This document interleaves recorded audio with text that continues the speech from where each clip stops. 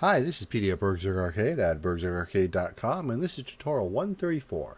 Now, where we left off in our last tutorial, we had our character window set up so that it would show up in-game, and we also created a toolbar at the top, which obviously still needs to be styled. The next thing I'm going to want to do is go to the input manager, and let's define a key so that when we hit that key, it'll toggle our character window on and off, much like our inventory. So I'm just going to stop the game, and of course we've been to the input manager a few times. You go to project settings and input, and that'll bring up your input manager. I'm going to come down here. I do use jump. I'm not using mouse. Well, I might use mouse X and mouse Y later on. And I think I actually might be using. I'm not 100% sure. So I'm just going to keep coming down. I believe I might be using horizontal, vertical. I don't believe I'm using these. This is going to be the next one I just overwrite. So I'm going to call this toggle character window. And descriptive name, toggle the display for the character window. I'm not going to bother with a negative or a negative button. The positive button, I'm just going to use C. I don't believe I'm using that one yet. I'm not going to bother with a negative button, position. None of these values matter as long as it's a button.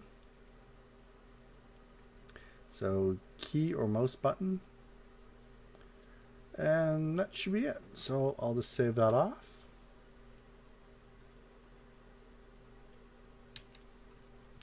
I'm going to come into Unity. I'm going to go into Mono Develop. I'm working on a different keyboard right now, and it's a Windows keyboard, and the keys are a little bit different than what I'm used to, so and they're louder too, in case you haven't noticed. Alright, so I'm going to come down here and create a new function. Actually, I'm going to go right above it. If you look, we have the toggle inventory window, and we can just cut and copy that. And I'm going to put it right below the character window. And instead of saying toggle inventory window, I'm going to say toggle character window. And of course, the value we want to flip is not the display inventory window.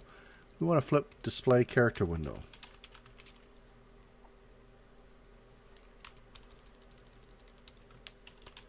Now this is, I believe, the third time we've gone through this, so it should be syncing in. We know we're going to want to open up our player input script. I'm just going to select the player because I know it's attached to that. And I'll just open up that script. And if we look right up here, where we have the get button up, I'm just going to copy that. And the button we're looking for is not the toggle inventory. It's, I forget what I called it already. Let's go back into Unity and open up that input manager. I've called it toggle character window. So I'm just going to cut and paste that whole name just to make sure I don't get any typos.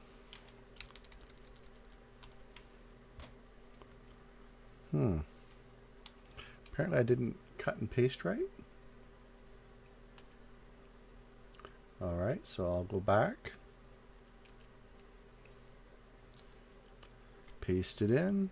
And the message we're going to want to send. The message I'm going to send is this toggle character. And I'm going to keep the window, just it makes a little more sense to me. So we're going to have to come back into my GUI. And we're going to have to open up the on enable and on disable. And I'm just going to copy the toggle inventory line. And we can just change the message. And to make sure I don't have any typos, I'm just going to cut and paste.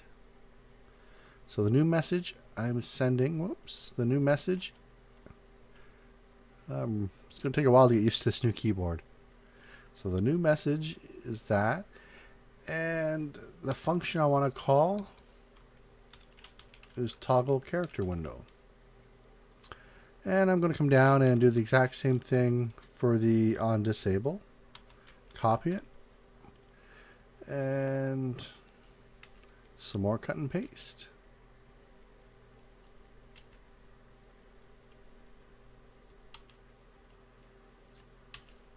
Alright, so let's go back into Unity. I'm going to fire it up and let's see if it works. There's no errors. I'm just going to move it over a bit so we can see. So now when I hit my C key, sure enough, it appears and disappears. And my inventory one should work as well. Great, we got that done. Now I want to start building up the displays of what display in the character panel according to what button in the toolbar they have selected. So I'm going to head back into Mono Develop, and I'll just shrink these back down, save some room. Anything I'm not using, I'm just going to shrink down. So here we go. Now in here we notice that we're capturing and storing the value of what button we have pressed in the toolbar. And I'm going to use that value in a switch case block to call other functions to basically tell it what to display. So let's set that up now. So I'm going to use a switch, and the switch will be character panel. And the first case is going to be 0. And I want to put a break in there.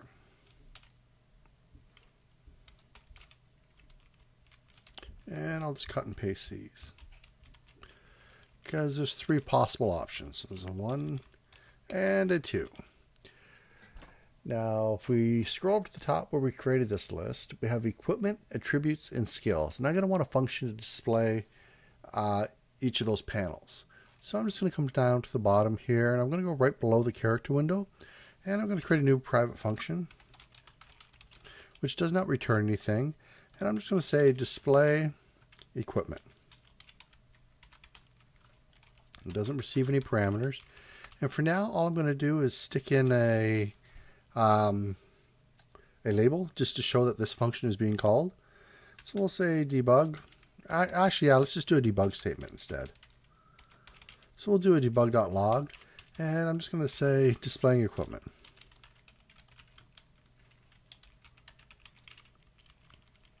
And I'm just going to take the name of this function, and I'm just going to cut and paste and put it up here into the case 0. And the second one, or the second function we're going to be calling, displays attributes. So I might as well make that while I'm down here.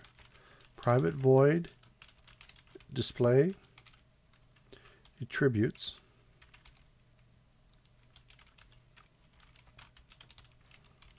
And I'll do another debug log, except I'll say displaying attributes. And we'll do one more for the skills. So we'll change that name to display skills. And change the debug log. I'm going to save that off before we do anything actually. Let's put these calls up here to these functions. And I'm just going to type this one.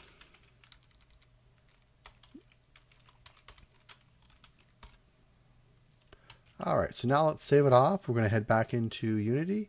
And now when we press the button, we should get the corresponding debug log message for it. So I'm just going to hide the inventory.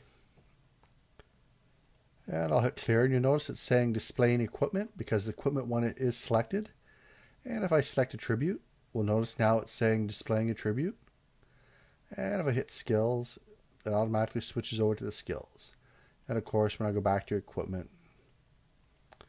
Alright, so we know we have the ability to switch what's going to be displayed just by selecting these buttons.